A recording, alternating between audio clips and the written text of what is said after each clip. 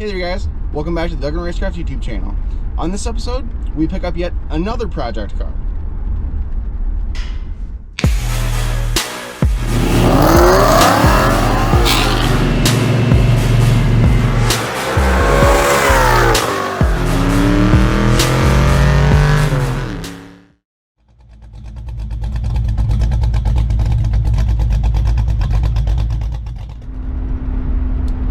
Guys, welcome back for another video. I do appreciate you coming in and watching. If you wouldn't mind, like, subscribe, comment if you have any questions. I just want to give you a quick timeline on what happened here because this whole video took probably about 2 months cumulatively. I just worked on this in my spare time when I wasn't working on that Cobra. That's about done. I was going to put a video out once I finished that up, just waiting on some exhaust stuff for that. I picked this car up in early September. I think I went the 3rd or 4th of September. My dad was still in the hospital at that point. Luckily, everything ended up working out, and he's home now, which is, I'm very thankful for. I actually pick this up for him. It was his idea to get in contact with the family and see if they'd want to do anything with it, just because he wanted himself a cruiser. So I picked this up early September, brought it home, worked on it a little bit, went on vacation September 12th. He and his family took us to Mexico, and that was a real fun time until it wasn't. I ended up getting COVID while I was there, so I had to quarantine everything for that, and turns out that I also had salmonella at the time. So the COVID wasn't that bad, but the salmonella really got me down, so it took me a couple weeks to recover from that. Right now it's currently the end of October, so it's been 2 months that I've had this, and just picking at it here and there and waiting for parts, and trying to save up a little bit of money to try and get some of this stuff. So but without further ado, let's get into the video. Hey there guys, so where we begin this video, like most of my videos, we're on the road. So as I said a couple episodes ago, we're going to pick up a new car. Some of my more eagle-eyed viewers will have seen this car before. It's coming from the same barn that I got my 82 GT from. So if you haven't seen my first video from the 82 GT, I'll go ahead and link to that up in the corner. Just a little bit of backstory behind this car. So the 82 GT came from my girlfriend Hannah, her uncle Chris. This other car we're going to get, it's a 1970 LTD / Galaxie 500. 2-door, 390 car, which means it should have a C6 with a Ford 9-inch. So should be a pretty good snag. I looked at it very briefly when I picked up the GT, but obviously my attention was mostly focused on the GT. Looked like a super clean car, well, aside from the inch of dirt that it has on it. I don't know a whole lot about it yet. Unfortunately, so this was Hannah's other uncle, Sean. He unfortunately passed. He passed about 6 or 7 months, I think, before I met Hannah back in 2016, it would have been. So very unfortunate for that. I got a hold of his widow and asked, very respectfully if I could buy the car from her, since as far as everybody knew, it was hers. So I got a hold of her, worked out a deal. So we're going to pick it up. She just wants to see it up and driving again, so we're going to do our best to do that. Just for now, our plans are to get this one running and driving. As far as I would guess is it ran when they parked it. Like I said, don't know how long it's been sitting for, don't know miles or anything like that. I know by the VIN it should be a 390 car. I think the VIN character is X. If I'm wrong, I'll go ahead and correct it on the screen right now. But we're going to go ahead and get into this video. We're going to go ahead and pick up the car, and we'll pick it up when we get there. I'm already basically halfway through. I left at the butt crack of dawn this morning from Dubuque to an undisclosed location in Colorado. So it's about 10.5-hour, 11-hour drive with how much I like to screw around. So we're gonna go ahead, pick it up, and we'll take it from there. All right guys, so we're back where it all began. Got the truck trailer here. I ended up beating Chris here just by a little bit, no big deal. And in this barn is the car that we came here for.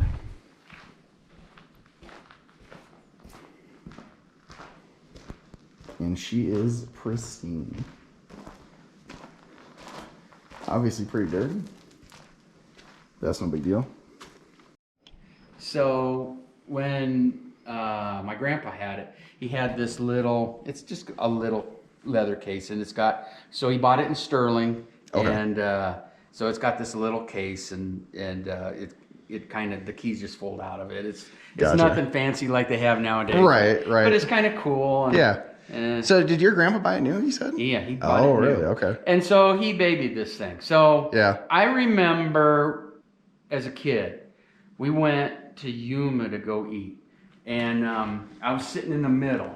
And my dad was sitting beside me. My grandpa was driving. My mom and my grandma and my sister Andrea, and I'm not sure if Sean was even born yet. It would have been really close to about the time he was born. So I think they were all in the back. And so my grandpa always drove 45 miles an hour. Okay. Highway, dirt road, whatever, 45 mile an hour. And so we were sitting there, and I was sitting in the middle, and I didn't realize it, but my foot actually was on the accelerator a little bit, and we were slowly going faster and faster and faster, and my dad's like, dang, he's going fast. And then we finally figured out that my foot was on the accelerator. That makes sense. Grandpa always drove 45 miles an hour wherever he went in this thing. So it's that's a cool awesome car. So what was the reason it got parked in the first place? It was just a little bit rough running. Okay. And we just didn't have any room for it. And unfortunately, we parked it out here. And so one thing I just learned just the other day, because I had a semi that got worked on, and it had a mouse in it. Of course. And I'm like, oh, crap. And it was sitting outside. And I told these guys that were working on it, I said, I apologize. I said, I got a mouse in here. And so they told me if you put Irish Spring soap. I've heard that actually. So we're going to find out. Right. So I've got 2 other semis that are actually kind of nice. And so I'm going to put them in just in the winter because I haven't ever had any mice in it. But I just want to, I'm going to slice it up a little bit and scatter it around and see if it works. And hopefully it does. But I feel so bad that, oh, no, it's, these things, but it's just disheartening. And I knew when we parked it in here, it was pretty much a mistake. But, it is what it is. It is what it is. But it's a cool car. Yeah. It doesn't have much for rust. And I aired up the tires here. I don't know how much air. I took a bubble out here and got some air in it. Okay. Good enough for it to roll, I'm sure. Yeah. All right, guys. So we are in the lovely city of Omaha, Nebraska. We were on our way home. Pretty uneventful so far until ended up blowing out a tire. Now, you may ask yourself, Sean, why don't you have a spare? Well, I was supposed to, but ran out of time before we left, so I didn't have time to actually go get the spare. If this is literally any other time of the day during normal business hours, I'd just be able to get a new trailer tire, throw it on, and be done. But instead, it's 3 in the morning, so I can't do that. So what I ended up doing was taking the spare tire from the LTD, putting it on the car or on the trailer, and we'll see how long it lasts. At worst, it's a 50-year-old spare tire. Seems like it's holding air decently well so far. We'll see how long we can get with it. If worse comes to worse, we have 4 other tires that we can swap into it. All right, guys, so it's been a couple days. I got home on Thursday morning, and currently it's Monday afternoon, Monday evening. Just had a lot of stuff going on since I got home. Got the car unloaded, messed around with it a little bit. She does want to fire up, so that's a good sign. Over the weekend I had to help Hannah move, so I was gone Friday, Saturday, into Saturday night. Sunday morning, had some stuff to do around the house. Cut the grass today. Into tonight, we're going to start working on this a little bit. Obviously, it's still a little dirty. It has rained since I brought it home.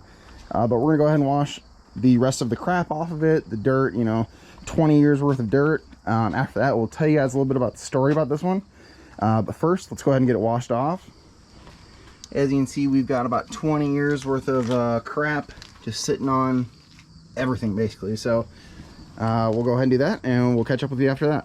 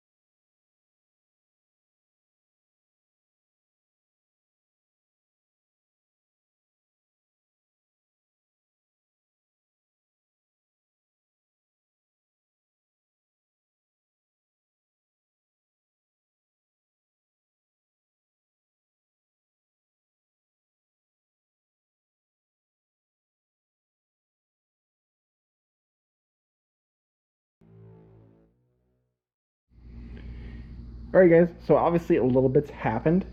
Things really got out of hand fast, I guess you could say. And some of the other videos, I'm sure you could hear that we had a pretty serious exhaust leak.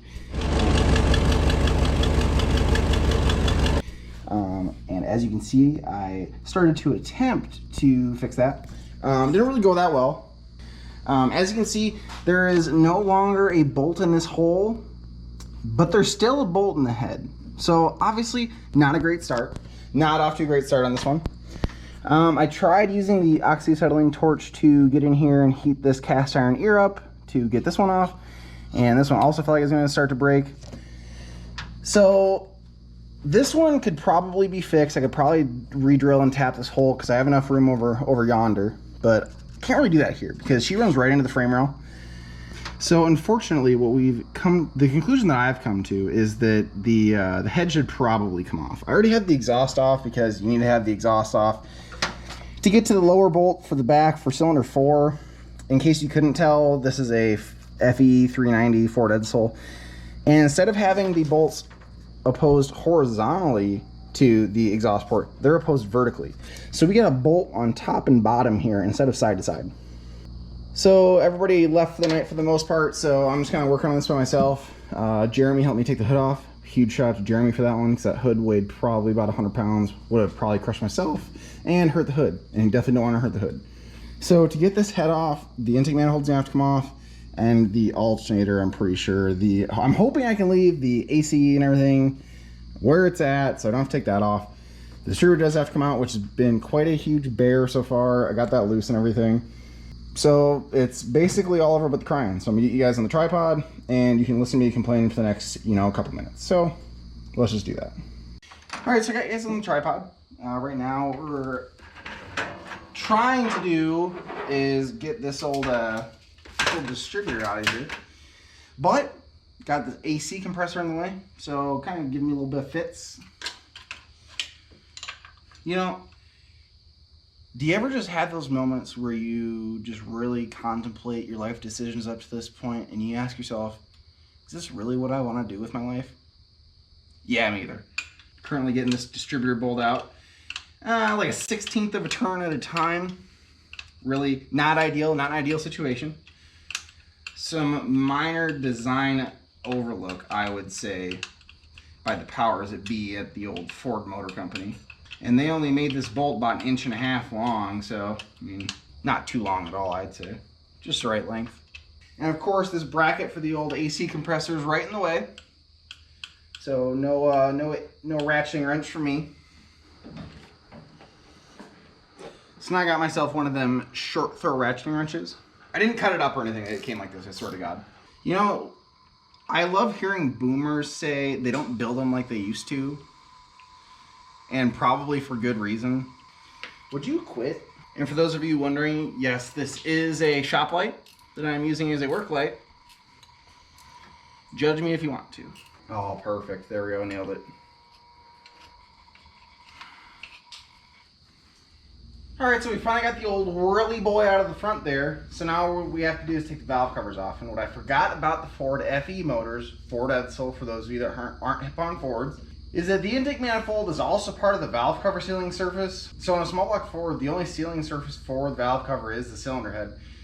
Whereas on FEs, where the intake manifold will also share part of that seal. Why did that? I don't know. It just seems like more of an opportunity for it to leak. But nevertheless, let's go ahead and try and get these stuck on valve covers off. Oh, there she goes.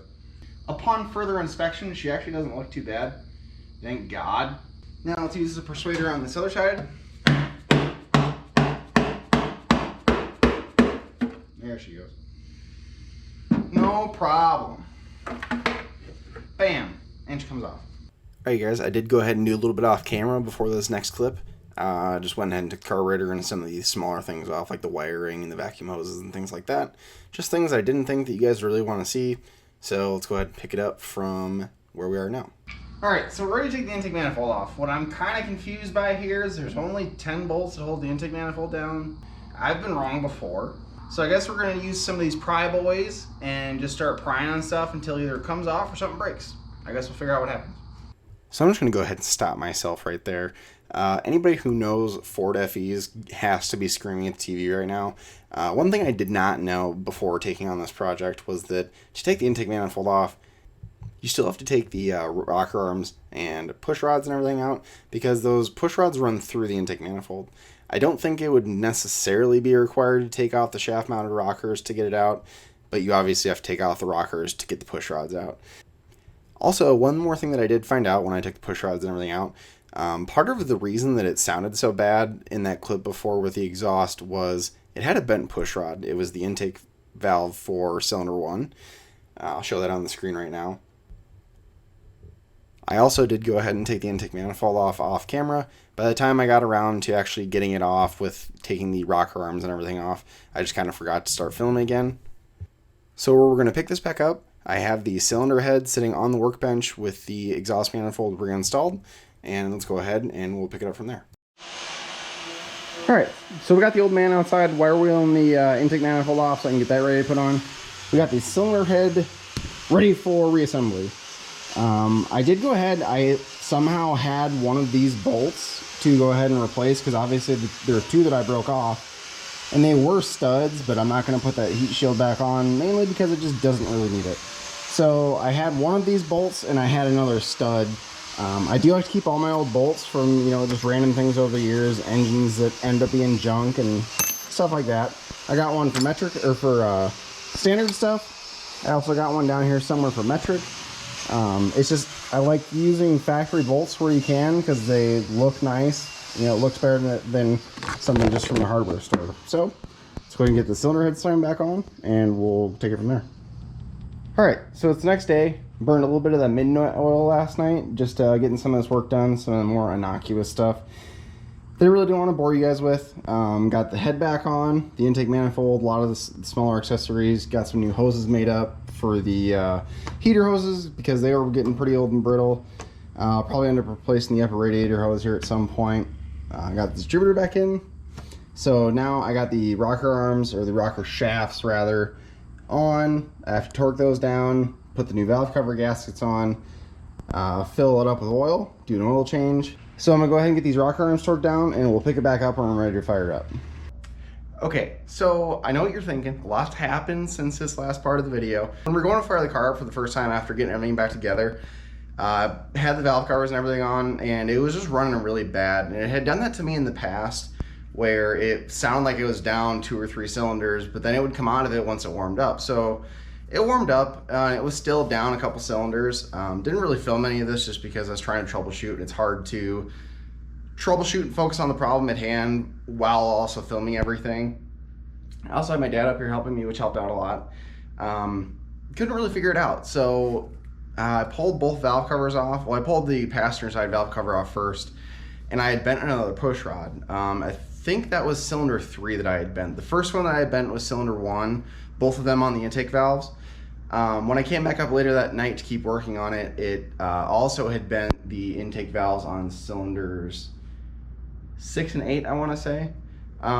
So I went and looked on Google a little bit, did a little bit of typing on the old interwebs.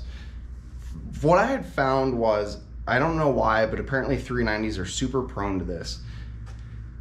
So when I had first gotten the LTD driving, I got it driving actually the Thursday after I brought it home. So it was basically a week after I brought it home. I drove it around, just around the yard a little bit, and I drove it up to the gas station about a mile up the road. Put gas in it. The gas gauge read that it was empty, so I assumed that it actually was, but I would guess it probably had about 10 gallons of bad gas in it. So to make a long story short, what was happening was, since I had driven it with that bad gas, apparently what happens with that bad gas when you mix new gas with it is it releases all the varnish that's in the fuel system, and then once the engine is cooled down, the varnish will settle on the intake valves and make them stuck shut, and it can get on the valve stem as well and make the valve sticky in the seat, or in its guide. So like I said, to make a long story short, that's what ended up happening. Basically, I didn't want to have to pull that head back off, and I did not want to pull the driver's side head off, just because it had all the air conditioning stuff and everything on it. Didn't want to mess around with any of that, risking breaking any of that stuff. So basically what I did was, I ordered, I think, 16 push rods, and basically we had gone ahead and replaced the gas tank, which you'll see in the next part of this video. That'll be the next thing after this little commentation, whatever you want to call it. We had gone ahead and replaced the gas tank, put some fresh gas in it. Basically, all we were going to do is let it run long enough that that new gas would flush through the fuel system, clean up those intake valves so that they wouldn't stick anymore. The problem was that we just need to get hot enough that those valves wouldn't stick. So I think we ended up bending, I want to say it was 7 or 8 push rods to get it to that point. But after that, after I took it out for a nice long drive, after I got the charging system, everything working again, I took it for a nice long drive, probably for about an hour and a half, just putting it around town, driving on the highway, getting some nice miles on it. After that, it's like a brand new car. So luckily, went ahead and found out that problem, but that's just a lot of things you don't see when you're watching YouTube videos of these guys taking cars that have sat in a barn for 30 or 40 or however many years, and they just throw some gas in it, replace some of the ignition parts, rebuild the carburetor, and drive. You just don't see that kind of stuff because either they don't put it in the videos, or like in the case of like Vice Grip Garage, Derek will drive those cars 600 miles, so he'll flush how many tanks of gas through that without it stopping to avoid this kind of problem. I don't know, maybe they have dealt with problems like this and I just haven't seen it, but like I said, apparently 390s are super prone to this, so just luck of the draw that ended up happening to us. But we did get it figured out, so good for us there, I suppose, right? I'll go ahead and show you guys that gas tank install. Then we will button up some odds and ends, and then we're gonna go ahead and take it for a spin. We'll catch up with you then. All right, everybody, we got the old man here. He got the tank out for us. Luckily, we did end up getting the right tank. This tank is from a 1970 Galaxie and 7 LTD. They are the same car in theory, some slight differences, but basically they're on the same platform and everything. But you could not get a tank for an LTD, so I just assumed that the tank for the Galaxie would be the same. Luckily it was. This is where the tank was leaking. Got a little rust hole right here. And on the inside, just terrible. I'm not sure if you'll be able to see that, but it is super rusty. Yeah, there you go. Yeah, it's pretty bad. This tank was supposedly serviced at some point, and I wouldn't doubt that it was, but it just sat for so long with that gas in it that it just rotted that tank away. Gas. And luckily I did have it all the way full, basically. It had probably, I'd say, what, 16 gallons in it? Yeah, at least. Yeah. And this is the gas that came out of it. I mean, granted, half of that, it's probably new gas, but that's just how bad that gas was that was sitting in there. So drilled a hole in the old tank to drain it, and ended up working just fine. So we're gonna go ahead and get this thrown in, and we'll pick it up from there. All right, so got the new tank in her, got a couple gallons of gas in it, and it's not leaking, so we're gonna go ahead and move on. We're gonna go and put new push rods in, the ones that were bent, and reassemble the motor. All right, so we got it fired up and running. Went through quite a few push rods to get to this point, but as you can see, it's running silky smooth now. All the valves are actually getting how they're supposed to.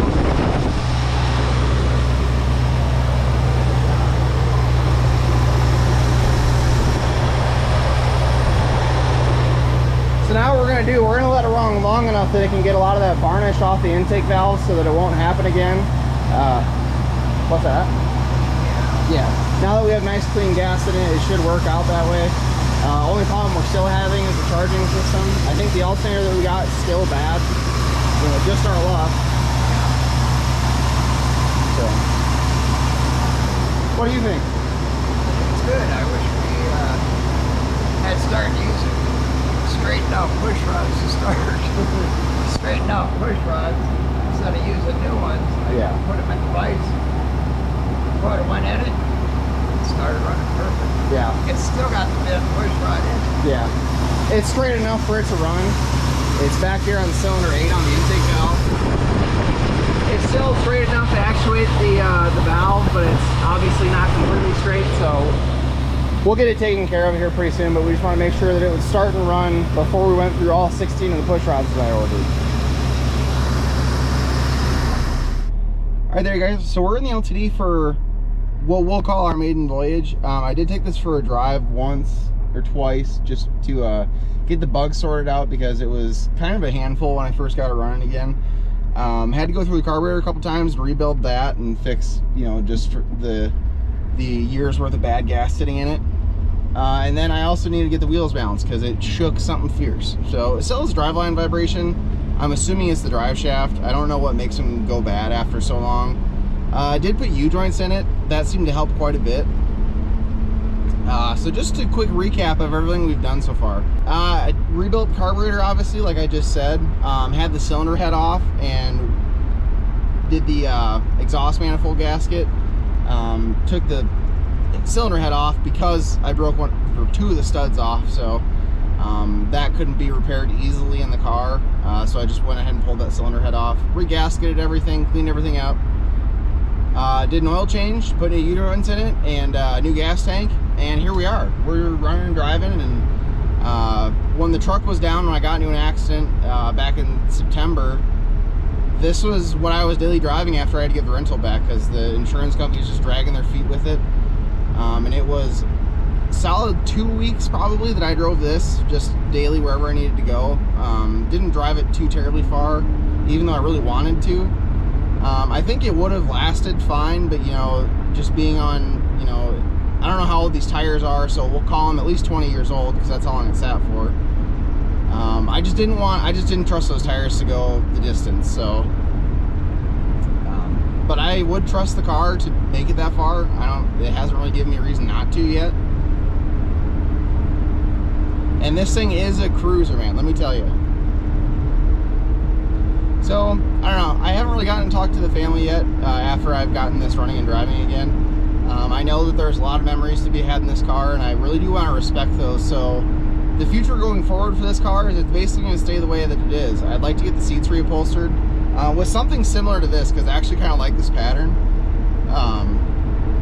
It's just, it's cool, it's nostalgic, and it rides really nice. I would guarantee that once this drive shaft is fixed, it's going to be the smoothest driving car you've ever seen. And anybody who's old enough to have ridden in some of these cars, you know what I'm talking about.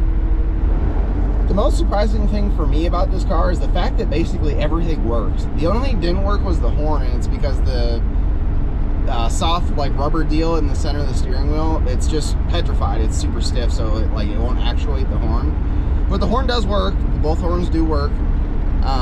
Air conditioning works, cruise control works. I mean, it fired up basically with no work. I did do plugs and wires, just a real basic tune-up for it.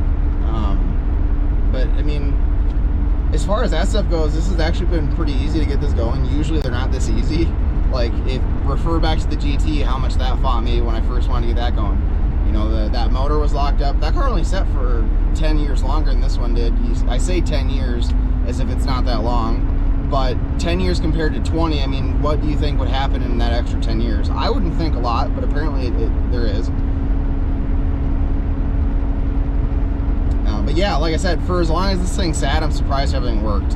It still has all the original, like the owner's manual. It still has the warranty paperwork and everything. Everything that this car would have came with when you bought it new is still in the glove box, which is amazing. Another thing that was pretty unexpected that I did not expect to work was the headlights.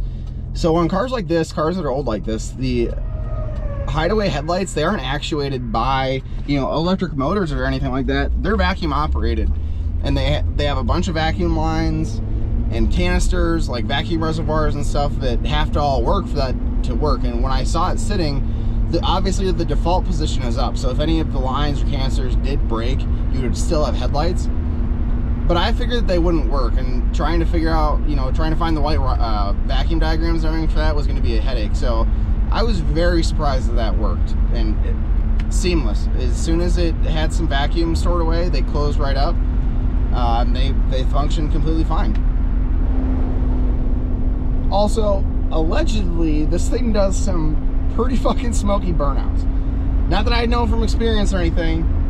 My brother and I were out cruising around, and he was in his Capri, which is dog slow, and he was messing around with me at a stoplight and was stalling it up next to me, and I couldn't tell if he's trying to do a burnout or not. I honestly didn't think this would, but you know, that 390 power, it lit that tire up.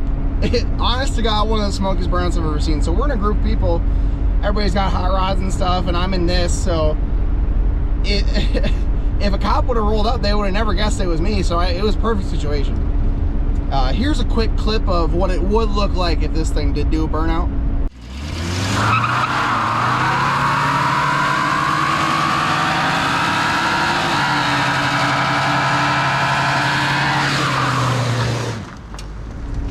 said, this thing's not going to be a race car. It's going to be literally just what it is now. Eventually, someday, 30 years down the line, when I have a little bit extra money, might coyote swap it just for drivability, but that's highly unlikely. I have 5 other projects I need to get finished before I'd even consider doing that to this. Just what it is now is just so perfect. So we're just going to try and maintain what we have here, and you know, just drive it.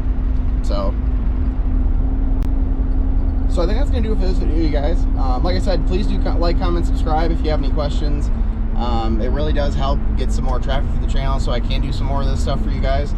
I'd really like to be to 500 subscribers before the end of the year, which is a pretty reasonable goal. I think I'm at 475 right now. So, you know, it's a pretty reasonable goal, I think. I just wanted to show you guys, you know, the process that it takes to get one of these running again. And sometimes it's not as easy as they make it seem like on TV. You know, the fuel problem, like I said, was self-inflicted. Those valves sticking, bending push rods and stuff. If you would have ran a whole tank of gas through it and then put clean gas in it again, it probably would have been fine, and it wouldn't have been as bad as it was. That's probably the one saving grace of these shows, is that they get them running and driving and then immediately drive them 6, 7, 8, you know, 1,000 miles, whatever. So I think that's gonna do it for this video, you guys. Y'all take care now.